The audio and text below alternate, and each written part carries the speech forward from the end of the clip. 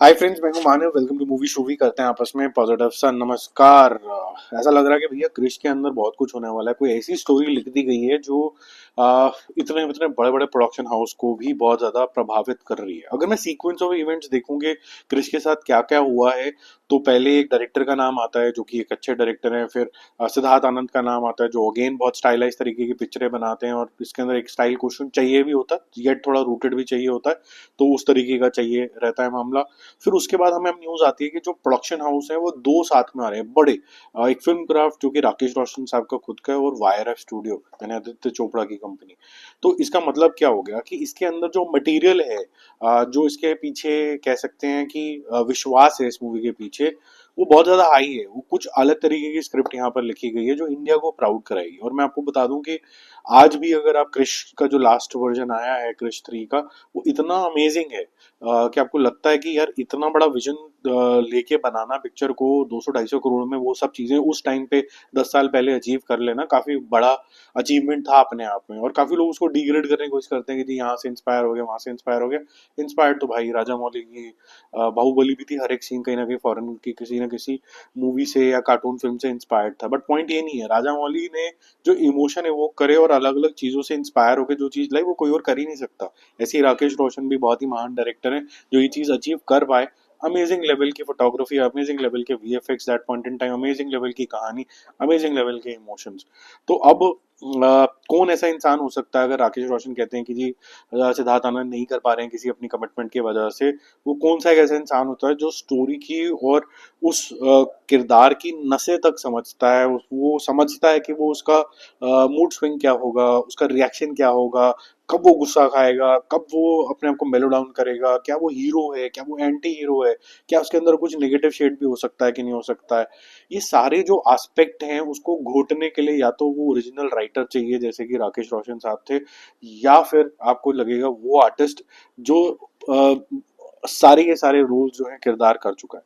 क्या ऋतिक रोशन में वो बात है, वो टाइम बताएगा, जो इसके अब डायरेक्टर होने वाले हैं, जो कि बहुत बड़ी बात है। बट मैंने देखा इन द पास्ट बहुत से ऐसे डायरेक्टर हैं जैसे ग्रेट राज कपूर साहब, जो खुद एक्टर भी थे डायरेक्टर भी थे। ऐसे ही आप आज के टाइम के हिसाब से अजय देवगन को देख सकते हैं, जो डायरेक्टर भी हैं एक्टर भी हैं, खुद की पिक्चरों के अंदर ही आते हैं। और भी बड़े सारे एग्जाम्पल्स हैं।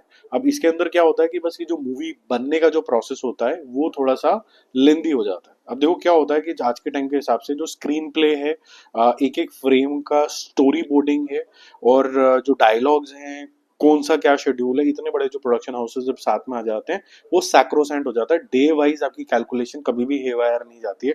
स्पेसिफिकली वाईआरएफ, क्योंकि वो काफी ज्यादा प्रोफेशनल तरीके से और अच्छा काम निकालते हैं। तो उस केस के अंदर आपका जो डायरेक्टर होता है उसका काम थोड़ा सा आसान हो जाता है, क्योंकि वहां पर सारी चीजें पहले से ही टेबल के ऊपर प्लानिंग स्टेज पे ही कर्टेल कर दी जाती है। तो इसका मतलब क्या हुआ कि ऋतिक रोशन के पास फादर साहब तो होंगे ही डायरेक्शन देने के लिए, कि डायरेक्टिव तो नहीं बोलूंगा, डायरेक्शन थोड़ा बहुत सजेशंस देने के लिए। ऐसे आदित्य चोपड़ा जिन्होंने बड़ी पिक्चरें सुपर हीरोइज्म वाली जैसे धूम वगैरह हैंडल करी है, सुपर हीरो नहीं, लेकिन उनको पता है कि बड़ी पिक्चर में कैसे हीरोइज्म को लेके आया जा सकता है। वो होंगे क्रिएटिव इनपुट्स देने के लिए।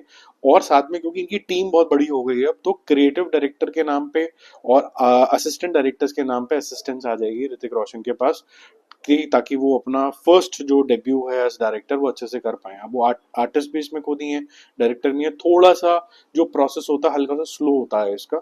और जितना भी मैंने जितनी भी एड फिल्म्स के अंदर बनवाया है किसी ब्रांड के लिए, तो मैंने यही नोटिस किया है कि अगर डायरेक्टर और जो आर्टिस्ट हैं वो लगभग लगभग सेम होते हैं, आप किसी फिल्म सेट के ऊपर भी गए तो थोड़ा समय ज्यादा लगता है, और न्यू बी के लिए हमेशा थोड़ा समय ज्यादा लगता है। लेकिन कॉन्फिडेंस मुझे इनके प्रोडक्शन हाउसेस के ऊपर है, जो कि बहुत टाइट पैक चीजें बनाते हैं, विद इन बजट्स बनाते हैं, बिल्कुल हे वायर होने नहीं देते हैं। तो आई एम श्योर इस केस के अंदर भी ऐसा ही होगा।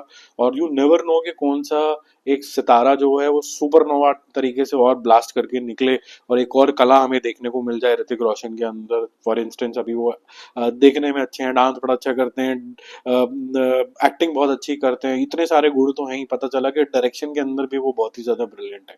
तो अच्छी बात है अगर ऐसा कुछ निकल के आता है, तो अच्छा ही है इंडियन सिनेमा के लिए।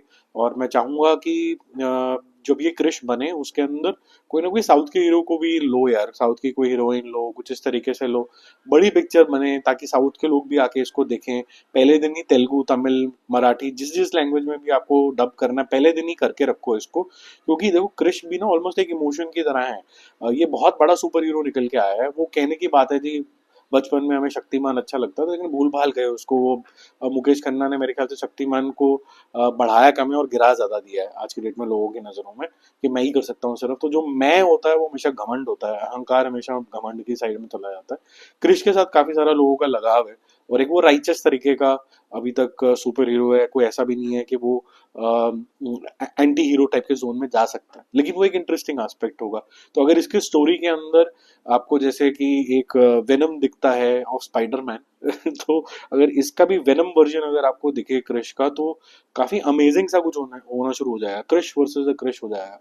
तो मैं चाहूंगा कि क्रिश 4 की कहानी कुछ इस तरीके से हो कि आप ही के आपका जो किरदार है, आपकी नेगेटिव साइड है, उसी से आपको फाइट करना हो।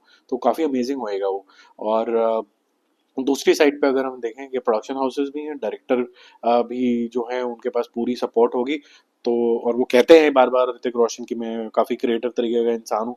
तो देखते हैं कितनी क्रिएटिविटी बाहर आती है। मेरे को लगता है ये ठीक डिसीजन है। If nobody else is able to manage it, let it be managed by people who have conceptualized the original character, so to say. So I'm okay with the arrangement, क्योंकि आसपास काफी सारा मैं ये कह सकता हूँ कि सपोर्ट फंक्शन है। ऐसा नहीं है कि ये पिक्चर डाउन द हिल चली जाएगी, ऐसा कुछ हो जाएगा। ठीक है, बाकी जल्दी मिलते हैं रिव्यूज अपडेट के साथ। Stay connected, bye bye.